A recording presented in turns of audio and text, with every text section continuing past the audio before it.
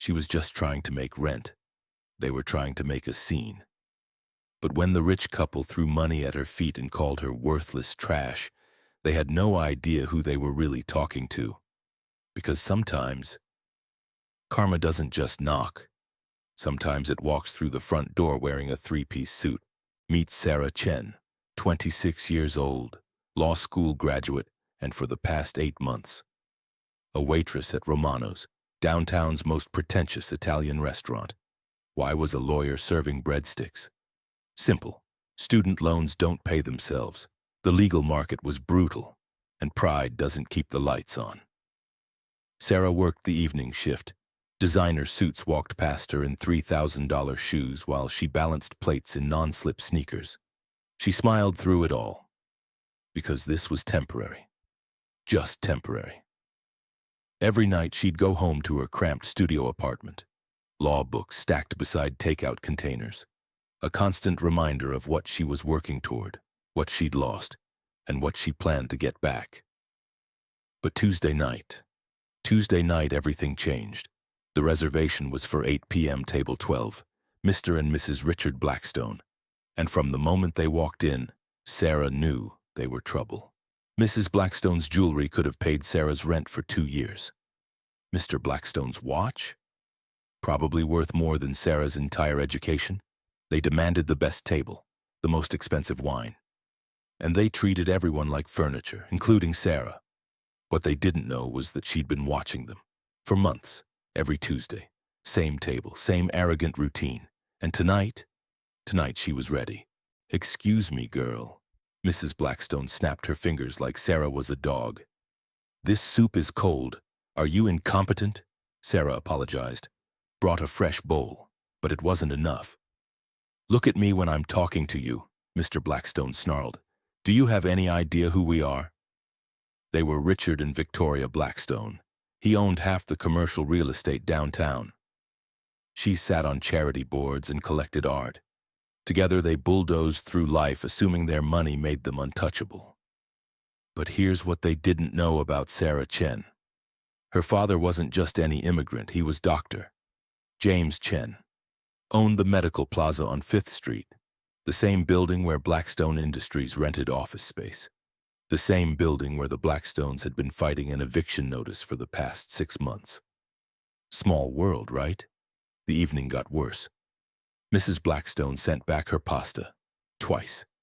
Mr. Blackstone complained about the temperature, the music, the lighting, everything. "What kind of place hires people like you?" Mrs. Blackstone whispered loud enough for other tables to hear.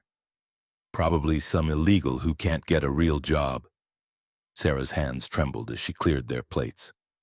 But she didn't break. Not yet. Then came dessert, and the moment that changed everything. Sarah brought their tiramisu, set it down gently. Professional, polite, everything a good waitress should be.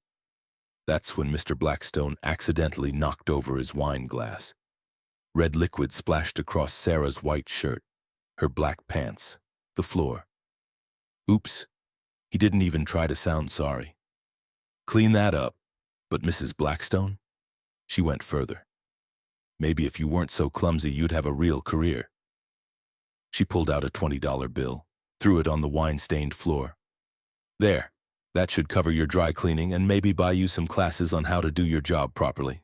The restaurant went quiet. Every eye in the place was watching, waiting to see what the humiliated waitress would do.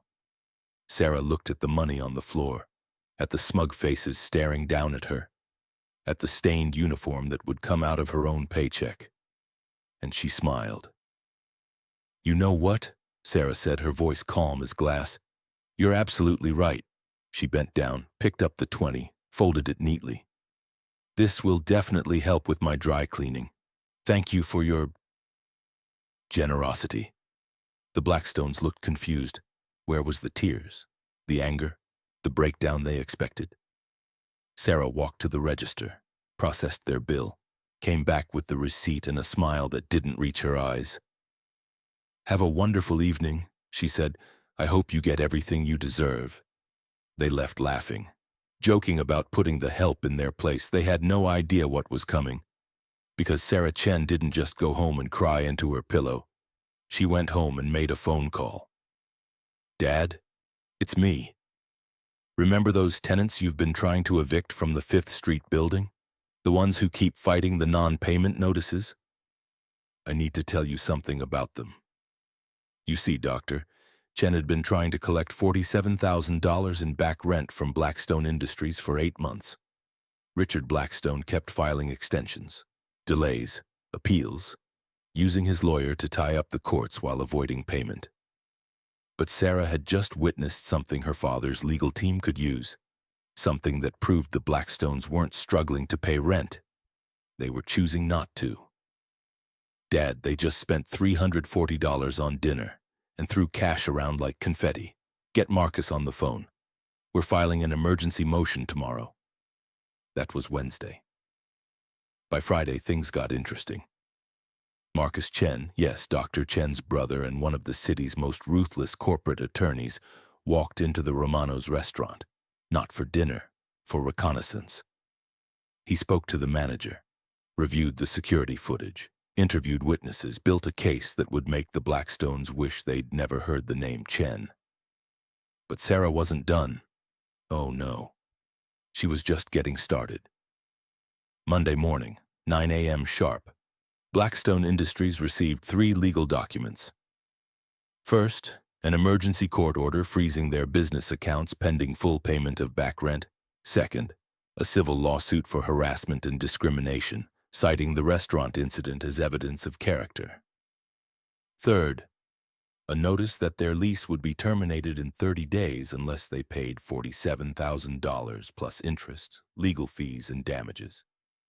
Total amount due, $73,500. Richard Blackstone called Dr. Chen immediately, screaming, threatening, demanding to know how a simple eviction case had become a federal discrimination lawsuit. "I believe," Dr. Chen said calmly, "you met my daughter Sarah last Tuesday at Romano's.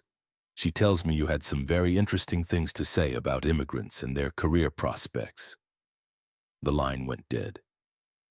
But here's where karma really showed its hand. Remember that $20 bill? The one Mrs. Blackstone threw on the floor? Sarah had kept it, and when the discrimination lawsuit went to court, that 20 became Exhibit A. "Your Honor," Marcus Chen told the judge, "my client was forced to crawl on the floor to collect money thrown at her like she was a street beggar." The defendant's own security footage confirms their behavior was designed to humiliate and degrade. The Blackstones settled out of court. $150,000 to Sarah personally, full payment of back rent, and a written apology that was filed as public record. But the story doesn't end there, because while Sarah was fighting for justice, something else happened. The legal team Marcus assembled to handle the case. They were so impressed with Sarah's research and strategic thinking that they offered her a job. Senior associate, corporate litigation. Starting salary? $180,000. Sarah gave her 2 weeks' notice at Romano's. On her last day, she walked past table 12 one final time, the same table where the Blackstones had tried to destroy her dignity. She smiled. Because karma doesn't just even the score. Sometimes it rewrites the entire game. The Blackstones? They lost their office space, their business reputation, and Richard had to sell 2 investment properties to cover the legal costs. But Sarah? She got something more valuable than money. She got proof that respect isn't bought, it's earned. And sometimes the person you think you can step on is the same person who will rise up and step back. What would you have done in Sarah's place? Would you have stayed quiet? Or would you have served them exactly what they deserved?